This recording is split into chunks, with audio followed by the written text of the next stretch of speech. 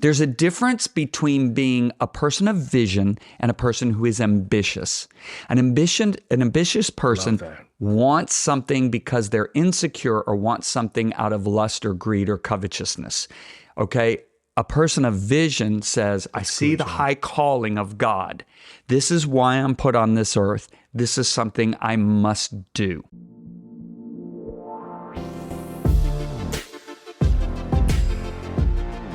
Hey everybody, welcome to today's Conversation Podcast. I am so excited about today because we have a very, very special guest on today, but I will get to that in just a moment. I just want to thank every single one of you for the way you have faithfully followed us. And if you haven't done so, would you please rate, review, and even subscribe to the show?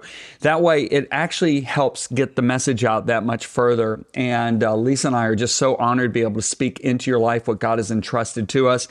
I also want to say that if you do write a review, you might get it read on the air, which I am about to do. And today is coming from W.B. Murphy. And W.B. Murphy says, and I didn't wear my reading glasses, and I'm going to do my best. I am so very thankful for the podcast. I listen to it at work. And being a new Christian, it has helped me answer a lot of questions that I have. There's a lot of great wisdom in every podcast. Keep up the great work. Thank both of you for all the work that is put into making these podcasts. Thank you so very much. And I'm so delighted that you are now a believer. Now, today, Lisa Bevere is not joining me. Today, I am so excited to introduce to you Chris Pace. Hey, guys. Chris, it's so good to have you. I want to say this. I've known Chris since 2004. Yeah. And that's where we met down in Australia. He actually worked for Messenger International Australia's office, and you started in the warehouse. Yes. And you had just gotten saved a few years earlier. Yeah, just a couple years earlier. Yeah. Yep. And some friend of yours said they had a cassette. Was it back in the day? So interesting story. We were driving to the beach. You had just spoken at the 6 Summer Nights at Hillsong Church in Sydney. I wasn't there. My friend was. And it was a beautiful summer day. And we're driving to the beach. And he's like, guys, you got to hear this dude, John Bevere. He just spoke at Hillsong. And I was like, all right, I'm sitting in the back seat. And he puts in Drawing Near CD. Yeah. And I'm in the back listening to John preach. And I'm in tears. And by the end of it, I heard the Holy Spirit say to me, you're going to know John and you're going to work for him. I had no idea what you looked like. I didn't know who you were. Yeah. And then I looked you up online at the old website, johnbevere.org, I think it was. And I was like, man, this guy's handsome, dude. You had that black muscle shirt on. You had bare feet with your denim jeans, beautiful wife, good looking kids. And I was just like, wow, totally blew my mind of stereotype of American preachers. So, well, Lisa and I try to be as normal as possible because, I don't think when you go in the ministry, all of a sudden you start changing what you wear and everything else. I think it's all about the heart. Yeah. The heart's got to be sanctified, completely dedicated to Jesus, love people, want to glorify God in every decision, obedience to God. And that's what draws me to you, Chris. I've watched a man of God. I'm sitting next to a man of God who's walked in holiness and godliness. Thank you, John. A man who ministers to our team every single Monday morning when we have prayer. For those of you who don't know, we have prayer. Our whole staff prays every single day at 9 a.m. Central Standard Time. And Chris always leads prayer on Monday. Well, Chris, you worked in the warehouse and somehow you got over here to the United States. That's another long story that people find out about later. But you ended up coming to the United States when? In 2014, August 2014. 2014. And was it immediately that you came to work for us at Messenger? Yeah, it was basically January 2015. Because I was able to legally work. I had to wait for my green card. And I know that we had a little bit of a gap, but from the time you left down in Australia and the time you started working, so 2015. Yeah. So you've been now in the States, so we've known each other now for 20 years. 20 years. You started working for Messenger Australia 20 years ago. It's crazy. Yes, it's crazy. Think about that word I heard. You're going to know John and you're going to work for him. That's just amazing. And I had to a very fast similar forward- experience that I've not shared with you, and I Okay. should, Yeah, with okay. another man of God. Yeah, wow. So someday I should Yeah, share that with you. should. Yeah.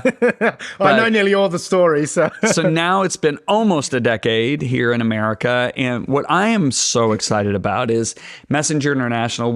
Lisa and I have such a heart to raise up leaders, to see the call of God on a person's life and help develop that call and get them into that place.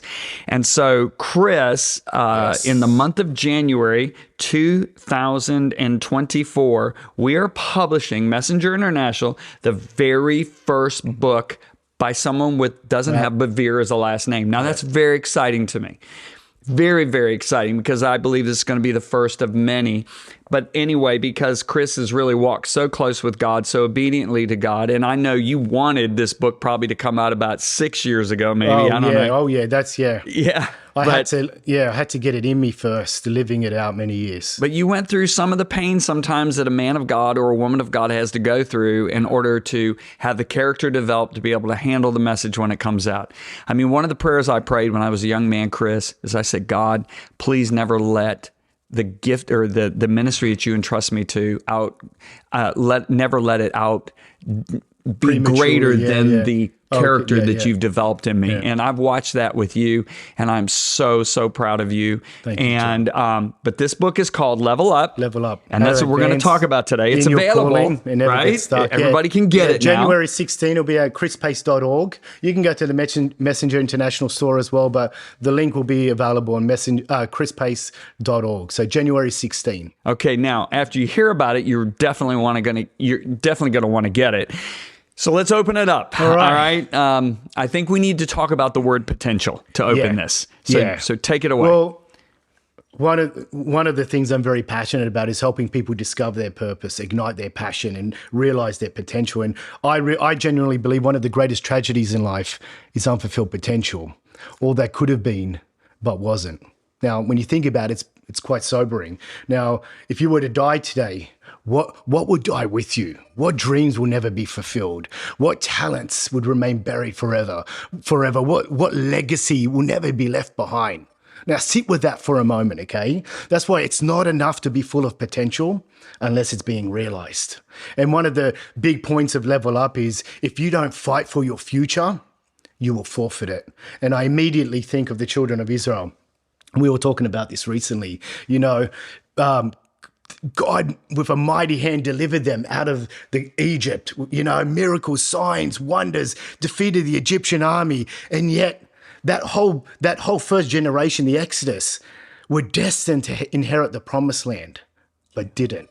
Okay? They tried to later on, but it was too late. Their window of opportunity closed. And that story haunts me, John. Okay? Because that goes to show that the future isn't automatic. Your destiny isn't automatic. You need to be intentional about stepping into the future. That's why the Lord said to Joshua, every step that the sole of your foot will tread upon, I have given you. Right. In other words, it's there. It's there for the taking. But you need to go in and possess it, because tomorrow will come regardless of what we do.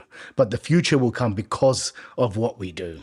Now think about it. Think about like 20 years ago, John, like I wouldn't be sitting here today unless you had obeyed God's calling on your life. Think about it. Imagine you didn't obey what God called you to do as a minister of the gospel. And I'm sure you had opportunity to derail. I've never thought of that before. I wouldn't be here. Sure. Our team wouldn't be here. So many lives wouldn't be blessed because of your obedience. So there's other people waiting on the other side of your obedience. There were two women that said to me, if you don't write what God's giving you to write, this was in 1991. Perfect example. He'll give the message to somebody else, and one day you'll stand in judgment for it. Well, if I wouldn't have written what God had given me to write, you and I wouldn't have met in 2004. Right. Because that's how I got to Australia, was through the books. That's how I've gotten to most of the nations of the world, is through books. And so, yes, you're so right about this. But, I think about what Paul said to Timothy, and I'm sure that you've got this in the book. But you said you got to fight for your destiny, right? Yeah. Well, think about Paul's words. He said, the prophecies that have been spoken over you, by them wage a good warfare. Fight, Timothy, for what God has spoken over your life. Why did he say fight? Yeah, that's what I'm saying. Yeah. I'm affirming what you said, that you've got to fight for your destiny. Yeah. See, at one point or another, we've all heard the words spoken over us. You're full of potential. Yeah. Okay? Maybe it was from a parent, a teacher, a coach, a friend. When you think about it, it's one of the most encouraging things to hear. okay? But it's also one of the most discouraging things to hear, depending on when or how you hear it, okay? Because on the one hand, it's a statement packed with promise, pointing to all you can be and have not yet become, all you can do and have not yet done it. It points to future possibility. It hints to what you could be. But on the other hand, it's indication that you're not meeting expectations, okay? You're falling short. Yeah, you're underdeveloped, you're underperforming, okay? Yeah. And what began as a compliment can easily become a painful critique, an ever-present reminder that we're not where we could be or where we should be, you know? And it's in these moments, again, that we must accept the fact that it's not enough to be full of potential unless it's being realized. And that's what I'm passionate about, because realizing your potential is a process of becoming that's accomplished on levels. And I want to get into that. You're saying, level up, and you're talking about potential. So talk about levels for a minute. Yeah. No, thank you, John. Like Proverbs, key scripture, Proverbs 15 verse 24 says, the path of life leads upward for the wise. Now, I'll pause there. Who are the wise? And I'm thinking of glory to glory. Yeah, no, we'll get into that. We'll get into that. Yeah. Oh, I'm sorry. No, you're good. I don't want to get ahead. Well, the wise are those who fear God and follow him wholeheartedly. Because I refer to that first generation of Israel who came out of Egypt. I think of Caleb and Joshua. God said to them, they have a different spirit. It's going to be a different story with them. Why? Because they follow me wholeheartedly, okay? So the path of life leads upward for the wise. They leave the grave behind, and we'll get to that as well. So the path of life leads upward. Life is designed to have an upward trajectory, a path that leads us forward from strength to strength, from glory to glory. And another way we could say is life is lived on levels, okay? Now, when I think of the concept of levels, I think of progression, like we see in physical growth as we progress from childhood to adolescence to adulthood. Yeah. We see levels in school, in education, where we, first grade, second grade, third grade, elementary right? level, Yep. Middle school level here. I've got to get the school system here in America, right? Middle school, high school, college level. Okay, we see levels in our athletic system as, we progress from the local level, the state level, the national level. We see levels in leadership. We see levels in government. We see levels in the business realm. Homes are built on levels. Video games are played on levels. This is just a short list. I mean, everywhere you look, life is lived on levels. So it comes to as no surprise that realizing your potential and fulfilling your calling are also done so on levels. And I'll show you Philippians chapter 3. Yep. Verses 12 to 14 says, Paul says, not that I have attained or am already perfected, but I press on, that I may lay hold of that for which Christ Jesus has laid hold of me. Brethren, I do not consider myself to have attained, but one thing I do, forgetting those things which are behind and reaching forward to those things which are ahead. Listen to this. I press toward the goal for the prize. What's the prize? The upward call of God in but what's Christ interesting Jesus. is when he says forgetting those things which are behind, in that chapter, he talks about his accomplishments that he had before he knew Christ, but then he starts talking about his accomplishments in Christ. And I believe what keeps you from going to the next level is you get stuck at a level of success that you're content with, instead of saying, wait a minute, there's another level to go. And I find I've had very wealthy businessmen come up to me and share with me after I share on multiplication, saying, John, I've plateaued because I've done so well. And that's the thing. That's sad.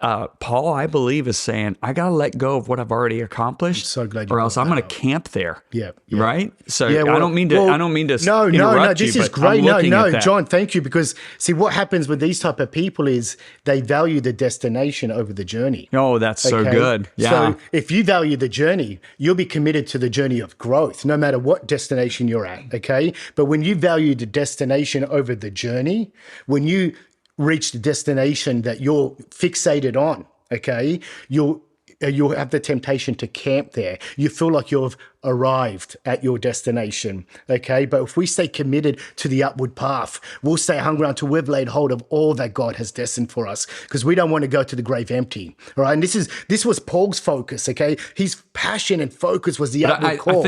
I think it's on two levels, and I think both levels need to be mentioned. If you look at what Paul said, he said, I have count everything loss so that I might know him, the power of his resurrection, and the fellowship of his sufferings. Yeah. So there's the high call he's talking about right there. Yeah. All right.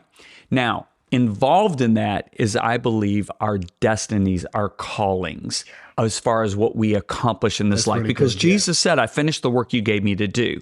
But you're never really, truly going to accomplish that work the way you were intended unless you know him the way he knew the Father. Yes. And so It's in his presence. I do believe, yes. Like, okay, let's just do an example. Let's say you've got a young man and God has put in his heart, you're going to be president of the United States one day. Yeah, that's very valid. And he's going to go through levels, isn't he? He's going to be, on the city council, then he's going to become a junior senator, a senator, or whatever, and one day he becomes president. Yeah. There's levels, okay? He's got to keep, he's in love with the destiny, as you said, not the journey, right? So I believe that, but for him to handle that presidency the way God intended him, he's got to press for the number one thing, and that is to know Jesus intimately. Yeah, and I get, there's 2 chapters on actually. Oh, I know. Because the upward journey begins with knowing guess him. What? You just gave me this book last week, but I'm already going there. It's good. It's good. No, thank you that you said that, John. And like going back to the whole destination mentality, it's important to value the journey over the destination, but we should celebrate hitting certain milestones, hitting certain destinations. Just don't camp there. Okay, because look what Paul says in Philippians chapter 3, verses 15 to 16, and I'm reading out of the Passion here. It says, let all who are mature have this same passion. And if anyone is not yet gripped by these desires, you could tell Paul was gripped with the desire to pursue the upward call, which includes getting to know Jesus, okay, getting to know him. Yeah. God will reveal it to them. And verse 16, let us advance together. Love that. To reach his victory prize, the upward call that is. So that following means, one path one you got to passion. have connection. You got to have relationship. Absolutely. Advance together. Yeah, absolutely. Right? Together as a corporate body of Christ, and also together with the Lord, because he's the one who's going to lead you there. It's uncharted territory for you. So I'm going to do another little rabbit trail. That's my job on this one, okay? You're the main guy here, but No. I love this. But if you look at my body is never going to fulfill what it's supposed to do. Yeah. Let's say I have the goal, I'm supposed to go to Singapore, right? My whole body has to go there. My hand can't say, I'm going to Singapore. But what's really important is the fact that my fingers are connected. My hand is connected to my arm. My hand's not connected to my knee. So the right connections are what's really important for me to fulfill my destiny. Yeah. Okay? So even though my hand and my knee are in one body and we should be of one accord, we should all be, right? Yeah. It doesn't necessarily mean I'm attached. And I think sometimes that's a very important thing for people to understand. There are attachments that God brings into your life, and there's associations. Yeah, associations. There's alignments. I like alignments better. No, so well, there's I've got a whole attachments and chapter on alignments. associations. Oh, you're kidding me? Yeah. Okay. Yeah. I should have read the Hey, whole no, book I'm just before we thankful did you're this. reading it, John. Okay. But no, go on. That was powerful. The alignments. So when you're in the right attachment, alignment speaks to me of unity. Yeah. We in the church, I'm telling you, it was Jesus's burden. He said that they might be one, that we are one, so that they can experience the glory that you've given me. Yeah. Why is the glory of God in the church? It's because we're not aligned. We're not one heart, one mind, one accord, as the Bible commands us, right?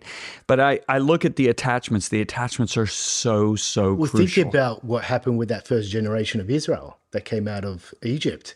They weren't properly aligned with God and with each other. Yeah. Look how their disobedience affected Caleb and Joshua. Caleb and Joshua eventually went into the promised land. But they had 40-year detour, But there not was because a of them. delay there, okay, because of their disobedience, the rest of the people's disobedience. So they had to wait till a whole generation passed away and a whole new generation arose before they entered to their promise. So again, our decisions determine our destiny. How we steward today shapes how we enter into tomorrow. And we'll get more into this, but there's an upward call and beckoning for all of us. It's calling us higher.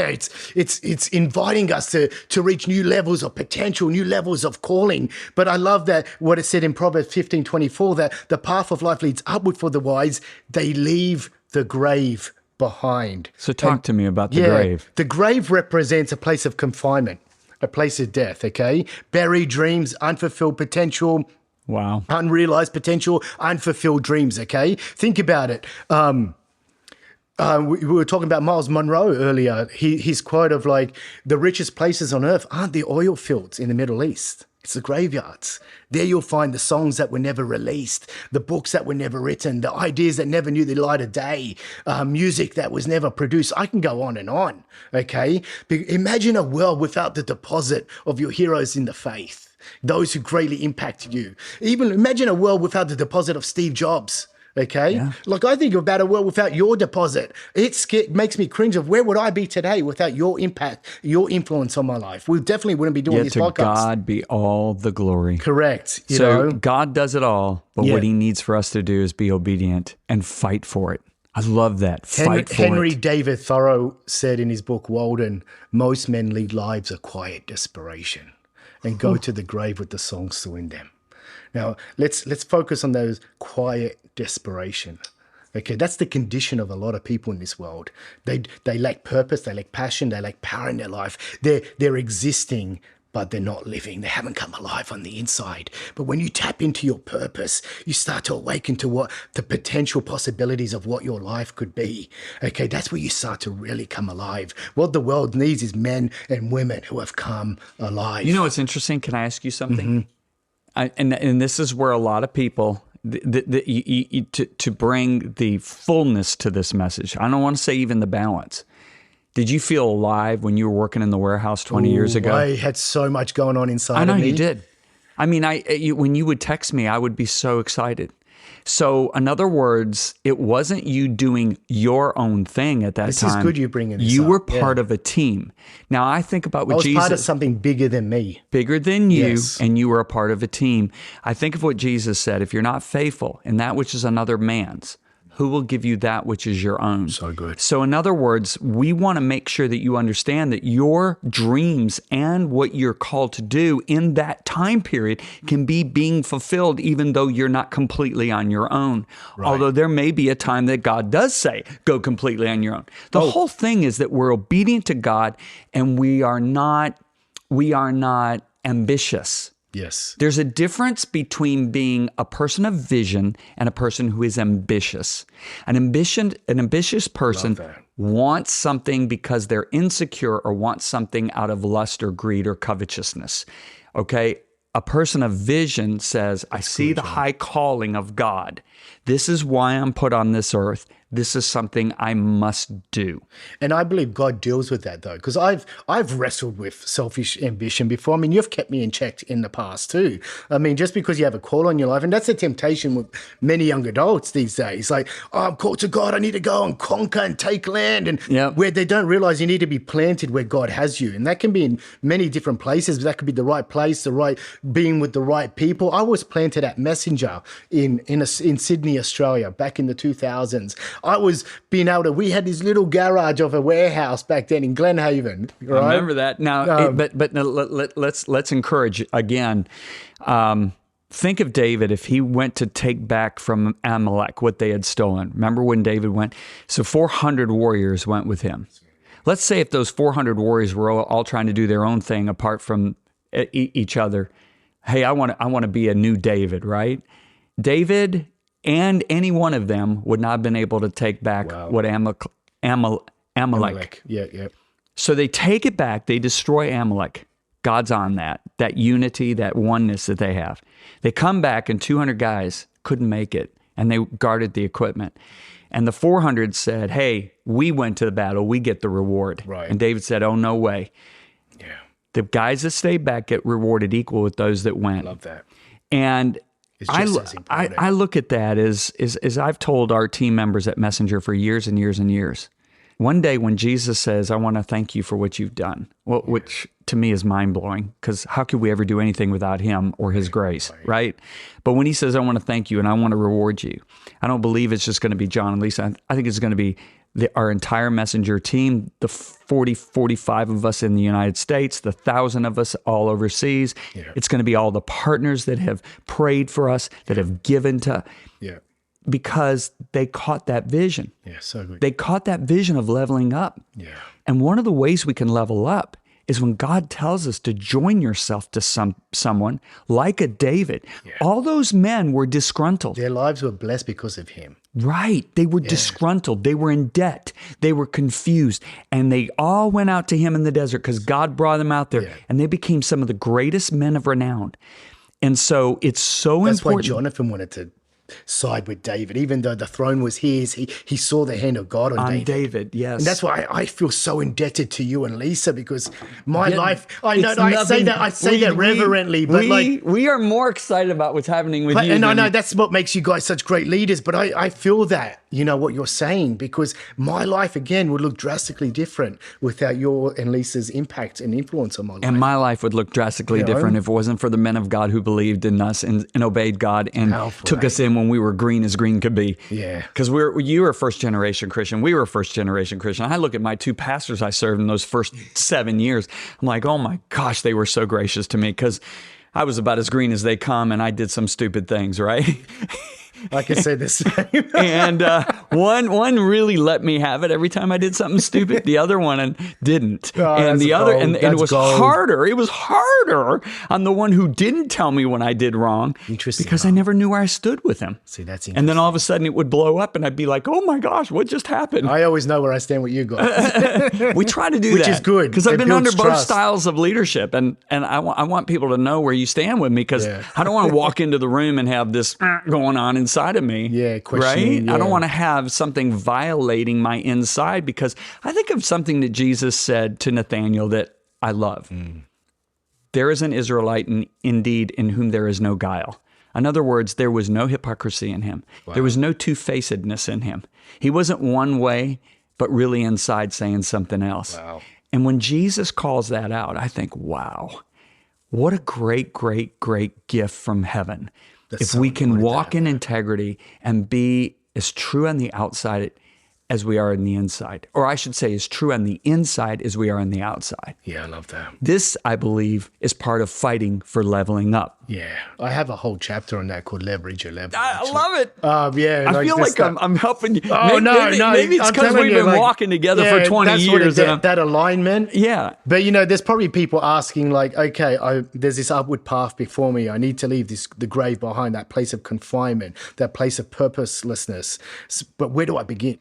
And I believe, and you were alluding to this, I use what I call the 5A framework for activation in the book, where I use the 5A words is awakening, action, acquisition, association, and actualization. And all these combined is what activates your potential. You got to give me the first two quickly. Give me the nutshell version. Well, the first one is awakening. Let's talk about that. How do you awaken? The upward call of God begins with an awakening to your purpose and your potential. I love what it says in Proverbs 16:26. It says, life motivation comes from the deep longings of the heart, and the passion to see them fulfill urges you onward or urges you upward, okay? And I love that life motivation. It's one of the most precious things we can possess. It's what gets us up in the mornings. It's what sometimes pushes us through the hard times, okay? It's what makes us look toward the future with excitement, expectancy, all right? Yeah. But not everyone has this. Some people have lost that, but they've lost touch of the deep longings of their heart. And I believe you could be, psychologists refer to the locus of control, whether that's an internal locus of control or an external locus of control. In other words, are you internally motivated or externally motivated? And sadly, most people are externally motivated. In other words, they're doing things to please their parents.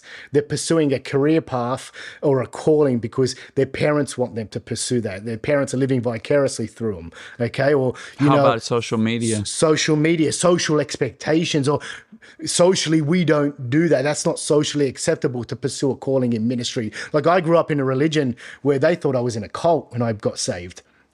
And had I listened to them, my relatives, they didn't like that. I was like outcasted. I remember that. And then my parents got led to the Lord eventually, and they genuinely feared God, They took care of our youngest son when he went to Bible school. That's right, down there. Yeah. They still ask about Arden, actually. How's Arden, Chris? He stayed in their house for 9 months. Yeah, they loved it. They were so good to him. Because they had an empty nest back then, so they adopted Arden as a son. Yeah, they did. Mom loved making him dinner and everything. And we are so grateful for them doing that. But, the upward journey begins by connecting with those deep longings of our heart. And I love the word longing because I believe that those longings have been there for a long time. Again, look at what it says in Ecclesiastes chapter 3, verse 11. God, makes everything beautiful in its time. So there's a time sometimes when it's not always beautiful, but there's beauty in every season. He has also planted eternity. Oh, I love that. Oh, a sense of divine purpose, the Amplified says, in the human heart. A mysterious longing. There's that word again. A mysterious longing which nothing under the sun can satisfy except God. When you're internally regulated, you're in touch with those deep longings of the heart, the desires of the heart, which I personally believe God put in there, okay? And unless it's been suppressed, okay, by external forces, each of us know that we're here on purpose, for a purpose. And that deep sense of purpose in our hearts, it's what's directing us, it's tugging us, those promptings are leading us along the upward path, okay? And I think about when I was a kid, I knew I'd be living in America. There was something about America that just drew me. You know, I was always drawn to American sports. I'd stay up to early hours of the morning back in the 90s. I got to talk to you about some of the teams you like. We need to get some better teams here. No, I'm joking. Go Niners! He likes all the teams that always win championships. I guess you could do that when you're from Australia and you weren't born and raised in a certain city. Sure. You know, people in Cleveland, look, man, they're stuck with the Browns, okay? They can't be rooting for Kansas City, right? I'm joking. I'm happy your Lions are doing good though. So. Yeah. Anyway, but think about it. I was drawn to America, but something even back then in my childhood knew that one day I would be living in America. I remember back in 2002 at the start, just before I was saved, I was dating a girl back then, and she was working at a retail store, and she got relocated from a place called Parramatta to the Castle Hill. Now I was unfamiliar with this Castle Hill area, okay? And I remember I'd go to Castle Hill and visit her, spend some time with her. And I remember when I left, whenever I went there to visit her, my heart came alive. And it wasn't just because I was spending time with her. I was like, there's something about this Castle Hill area that makes my heart come alive. It's doing something to me on the inside. I had no idea, but, you know, and I remember going there even when my girlfriend wasn't working there back then. And I'd be like, I just want to be here. And little did I know, in just a few years' time, I'd get connected to Messenger International. That's where our Sydney offices were. I would go to Hillsong Bible College in that area, in the Baulkham Hills area. So much of my future, we had an office from Glenhaven to the Rouse Hill area. So much of my future was in that area, but something was awakening in my spirit back then. So, you know, we're promised. Jesus said the Holy Spirit will show you things to come. Yes. We're looking for a voice. So good. We're looking for a voice when in reality, I love where you're going with this. You're going, why is it I feel so good at Castle Hill? Why am I drawn to this area? Yeah. It's the Spirit of God. And this is, I believe this with all my heart, Chris. Delight yourself in the Lord. He'll place his desires in your heart. You know, I believe we can trust our desires of our heart when we're totally committed to the Lordship of Jesus and we delight in him. Yes. I don't know if I could trust my desires of my heart if I wasn't delighting in the Lord and wanting to glorify him. That is very important. Yeah. And so I do want to say, and I mean, man, oh man, we've gone 30 minutes here and it feels like it's been 5 minutes. This is crazy. Listen, I want to say this. Y'all, you need to get this book. As you can see, this man is loaded. He's loaded. And this is called, you know, being faithful to God for these past 20 years. Just serving. And this is what every man of God, every woman of God, when God is going to raise them up as a mouthpiece, they do. They serve faithfully. They serve. Everything in them says, I want to go out and I want to do it right now. I mean, I know. I for years I was wanting to go out and start the ministry, but it was premature. And I've watched you go through the same thing. And so he's passed a lot of tests, and God's really put something in his heart for you, I believe. So it's called Level Up. Is it available on Amazon? Yeah, it'll be available Amazon, Messenger. Just go to chrispace.org. Let me tell you why Amazon is so easy for these people, right? Yeah. I know it's better for us if they go through our store. But Amazon, most of these guys in America, they're Prime members. So it's a one click. One click hit. But it would be better for all of us if you went through the website, went through Messenger International or chrispace.org, right? chrispace.org. Yeah. And also, if you're a pastor and you're listening right now and you just say, man, I'd love to have Chris come share. Hey, Chris is available. You can contact us and reach him by contacting us. Yeah, thank you, John. But I just want to say that this has really been a fun conversations today. Yeah. If Can I Lisa just would have add been one here, it thing would really have been quick? even funner. Yeah, and from stories I've heard of you, just pay attention to what's happening inside of you. Pay attention to those deep longings of the heart. Philippians chapter 2, verse 13 says that it is God who works in you. Be Both the internally will regulated. and to do his good pleasure. To do his good pleasure. So we're waiting to hear from God externally, like you were just saying, but are you ignoring how he's speaking to you internally? Those desires, those promptings, those leadings, yield to that. Don't quench that. Yes. That's a big factor of reaching your levels. A lot of people don't reach their levels because of fear of the unknown, fear of missing out, fear of entering into something that they can't handle. Look, if God puts it in your heart, you can handle it because he'll give you the anointing, the ability to do it. Well, this has been Conversations with John and Chris Pace. Lisa will be back with us next time. And I want to say this, if you haven't done so, I want to remind you again to please write a review, and subscribe. Most importantly, subscribe to Conversations. That way you get updates. That way you keep up with us. That way it's easier to find on your YouTube or wherever you're listening to us at. I know for me, there are certain ministries I subscribe to because I want that to pop up on my phone first.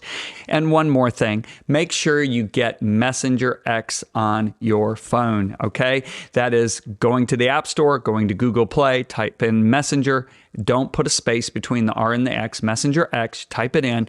It is an absolute free discipleship tool that we have poured literally decades of discipleship materials in there for completely, totally no charge.